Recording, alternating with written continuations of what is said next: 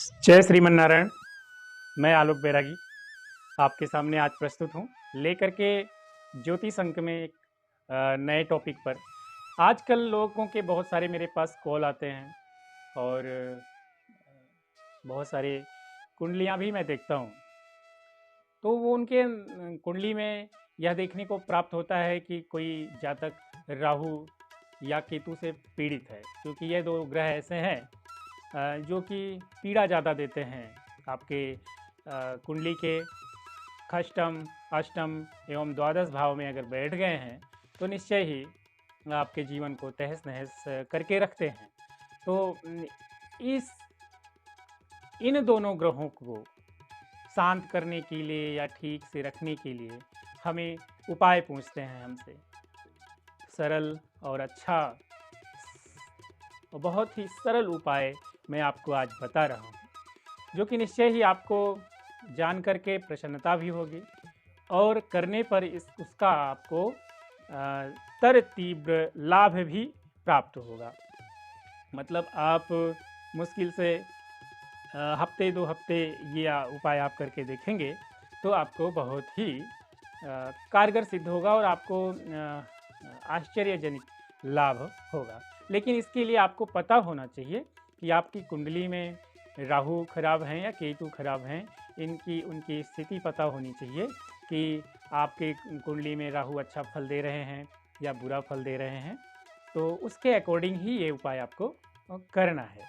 तो लेकिन जैसे जिनको पता है, जिन्होंने किसी ज्योतिषी से अपनी कुंडली दिखवाई है और उनको पता है कि उनके जो राहु हैं, केतु हैं, इनकी स्थिति आपके लिए ठीक नहीं है या आपके स्वास्थ्य के लिए या आपके धन के लिए, तो यहाँ पे वह उपाय आप कर सकते हैं।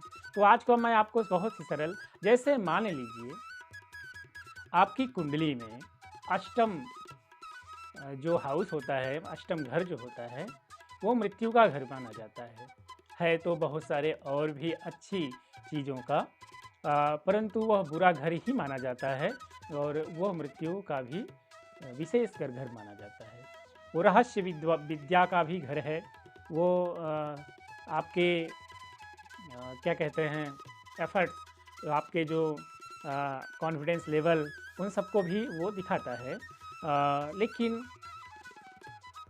सबसे बड़ी जो ज्योतिषियों के लिए हमारे ऋषि मुनियों ने बताया है ज्योतिष शास्त्र में, वह यह है कि अष्टम घर मृत्यु का घर, मुख्यतः अगर मारक दशा है, उस ग्रह जो अष्टम घर में राहु विराजमान है और वह द्वादश भाव के साथ या सेकेंड घर के साथ, दूसरे घर के साथ, अपना लग्नेश के साथ कहीं से संबंध या युति बना रहा है, और भी उसमें डिग्री का भी महत्व होता है। डिग्री अगर वह डिग्री ऐसी है जो राहु को और भी प्रबल और भी मजबूत बल प्रदान कर देती है, तो यहाँ पे मृत्यु का कारक होते हैं। राहु ऐसे हैं जो कि आपको ऐसे रोग दे देंगे, ऐसा रोग दे देंगे जो छलपूर्ण होगा। मतलब आप डॉक्टर के पास जाएंगे और आप दिखाएंगे, आपको पकड़ में रोग आएगा ही नहीं, और आप जांच कराते रहेंगे और अंततः जांच में अंतिम रिपोर्ट तब आएगी जब वो मामला आपके हाथ से निकल चुका होगा। तो ऐसी स्थिति राहु पैदा करते हैं। तो और केतु अगर उसी घर में है तो केतु क्या करते हैं, वो असाध्य रोग देते हैं। असाध्य रोग का मतलब है जिसे साधा ही ना जा सके, जिसकी दवा ही ना बनी हो, ऐसे रोग वो केतु प्रदान करते हैं। तो मैं इन दोनों ग्रहों की शांति के लिए, ये षष्टम में हो या अष्टम में हो या द्वादश में हो, तो वो कैसे आपको उनसे लाभ प्राप्त कर सकते हैं। तो मैं आप छोटा उपाय राहु के लिए, ये आप देख रहे होंगे दूर्वा है, बहुत सारी दूर्वा आप ऐसे ले लीजिए, बहुत सारी दूर्वा आप ले लीजिए और इस दूर्वा को आप सुखा लीजिए। सुखा करके इसका चूर्ण बना लीजिए। चूर्ण बना करके गुड़ और घी मिला लीजिए। गुड़ और घी के साथ मिला करके एक गोली बना लीजिए या वैसे ही डब्बे में भर के रख दीजिए। और आप उपली होती है, जिसको गाय के, देसी गाय के गोबर से तैयार की गई जो उपल होता है, उस पर उसको जला करके, उसको उपरी भी बोलते हैं हमारे अवधी क्षेत्र में। तो उसको आप उस उपली को जला करके सुबह के टाइम जब नहा धो करके आप पूजन पाठ करके अक्षत धूप दीप नैवेद्य दे करके अग्निदेव को प्रणाम करके और अपने मन के संकल्प ले करके कि हे अग्निदेव, हे देव, राहु के लिए मैं, राहु पीड़ा शांति के लिए मैं यह हवन कर रहा हूँ और ये मेरी राहु की पीड़ा शांत हो। तो ऐसा करके संकल्प ले करके आप अपना नाम गोत्र स्थान सब ले लीजिए। वो वैदिक प्रक्रिया में ब्राह्मण लेते हैं, जो ब्राह्मण बंधु हैं वो तो ले सकते हैं, उनको मंत्र याद होगा।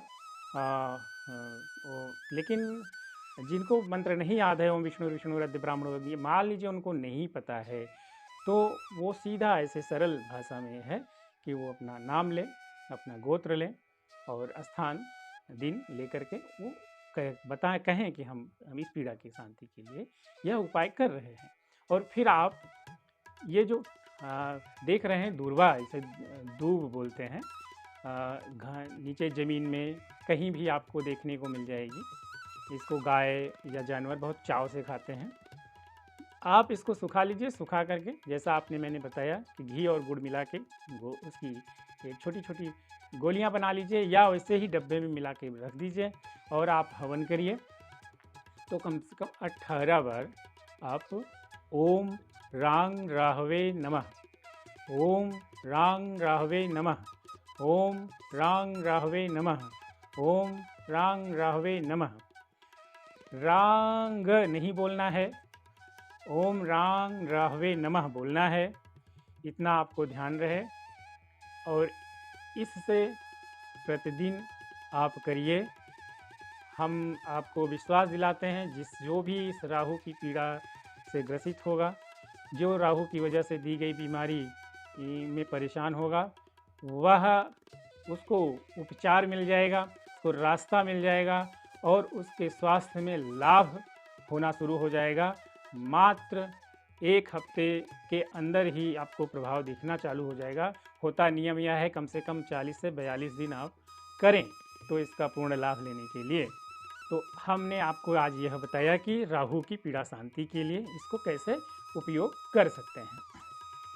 और सबसे अच्छी बात यह है कि अगर मान लीजिए और राहु की पीड़ा शांति के लिए थोड़ा सा प्लस करना चाहते हैं, तो आप जामुन आती है, जामुन काली काली आप जामुन खाते हैं, उसकी लकड़ी हो तो उस लकड़ी को, सूखी लकड़ियों को ले लीजिए, उसका आप हवन बना लीजिए, उसकी लकड़ियों का हवन बना लीजिए, या उसकी लकड़ियों का चूर्ण बना लीजिए और इसी के साथ मिला लीजिए और मिला करके आप गुड़ घी के साथ मिला करके आप हवन करिए। तो ये दोनों जामुन की लकड़ी और ये दूर्वा दोनों लेकर के मिला लीजिए और इससे राहु की शांति आपको निश्चय ही नारायण कृपा से मिलेगी। और दूसरा, केतु अगर आपकी कुंडली में है, तो केतु तो ऐसे हैं कि जिसकी कुंडली में आ जाएं तो या तो उसको बहुत बड़ा साधु बना देंगे, या तो बहुत बड़ा फकीर ही बना देंगे उसको, या तो बहुत ऐसा पागलपन दे देंगे कि आप सब कुछ होते हुए भी आप किसी घाट के नहीं होंगे। और आपकी चाल चलन के ऊपर ही होता है। अगर आपका चाल चलन अच्छा है तो वह केतु आपको अच्छा मार्ग दिखा देंगे, अध्यात्म का मार्ग दिखा देंगे। और अगर आपका केतु खराब है, मतलब आपका चाल चलन खराब है, तो केतु आपके उसी चाल चलन को बढ़ा देगा, मतलब आपके उसी चाल चलन के अनुरूप ही आपको फल प्रदान करेगा। तो ये उनकी पीड़ा की शांति के असाध्य रोग भी दे देते हैं। असाध्य का मतलब जिसे साधा ना जा सके। बहुत सारी चीज़ें ऐसी हैं जिन्हें साधा नहीं, ब्लड के रोग देते हैं, ब्लड कैंसर के रोग दे देते हैं, बहुत सारे हार्ट्स के रोग दे देते हैं, या मानसिक बीमारियां दे देते हैं। तो वो असाध्य रोग पैदा करते हैं। तो इनकी शांति के लिए आप क्या करते हैं, इनकी शांति के लिए भी मैं आपको बताता हूँ। आप यह देख रहे हैं, आपको दिखाई पड़ रहा है, ये कुसा है। ये ब्राह्मण जन इसको पवित्री के रूप में लेते हैं।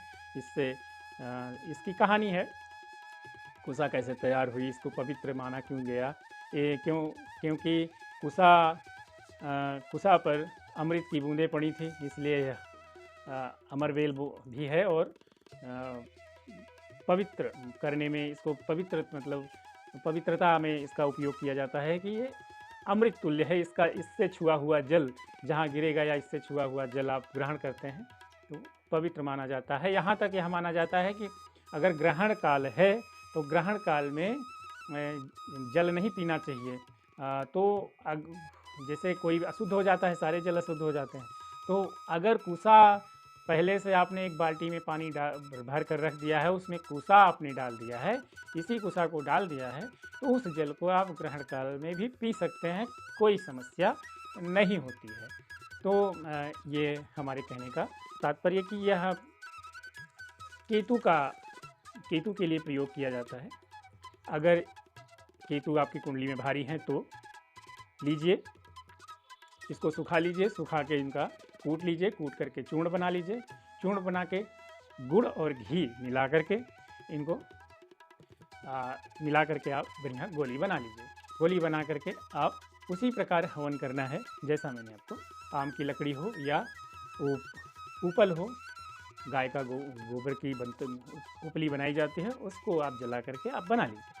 और बना करके उस पर जैसा मैंने बताया उसका पंच पूजन करके